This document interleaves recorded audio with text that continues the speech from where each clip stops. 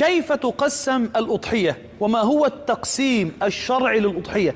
هل يا ترى الأضحية تقسم 3 أثلاث، أم أنني لو زدت عن ذلك أو قللت عن ذلك فقد أصبح التقسيم خاطئا وبالتالي ضاع ثواب الأضحية؟